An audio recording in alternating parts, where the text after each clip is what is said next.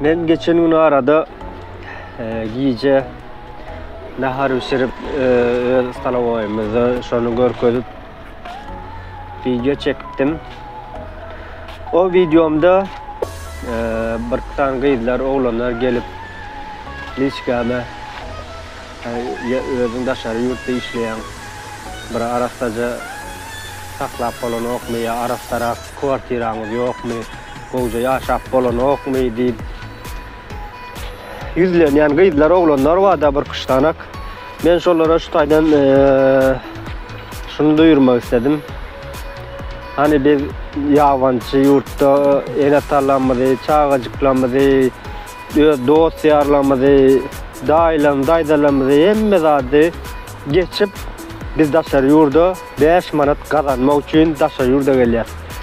Biz berde başka kvartiralarda, bu lüks kvartiralarda yaşap, lüks iyi içip, lüks özümüz giyinip gezmek için gelmedik. Biz berde özümüz lüks iyi işimizde ya lüks çaylarda yaşamımızda ne hayır var?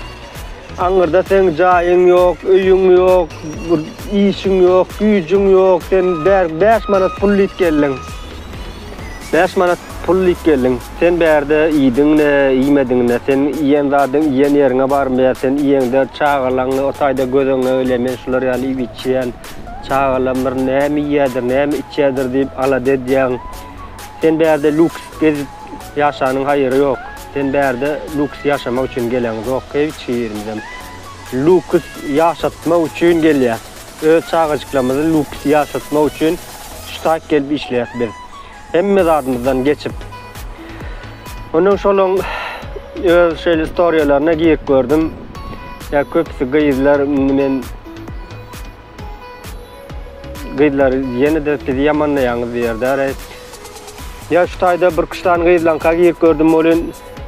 Ol garri tutulmuşsunuz.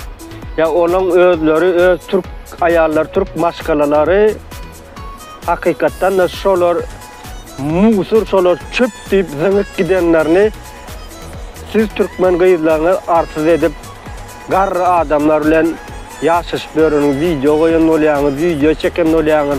Ya onlar sizin ne işinize yarayacak? Ya 2 gün sen onun hakkını yersin.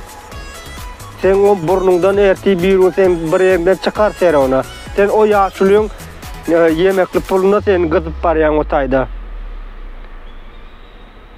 Ondan sen o tayda lüks yaşandın ama anırda sen çağacıkların aç geçse, yalan aç geçse ne peydası var o tayda sana ondan.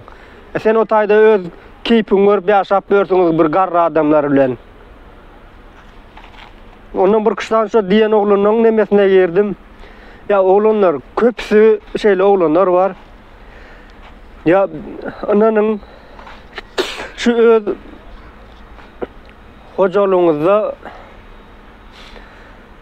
iymeni, çöröңüzü bile siz berip bilmeyen oğlanlar var. Öz çağacıklar üçün Türkmenistan'a $50 uğradıp bilmeyen oğlanlarımız var. Bağırsını öz yanındaki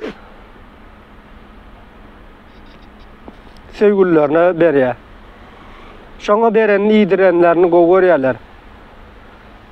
Anırda çağacıklar aç susuz gezip görüyoruz. Biz derde lüks yaşamak için gelemiz. O hiç verimiz.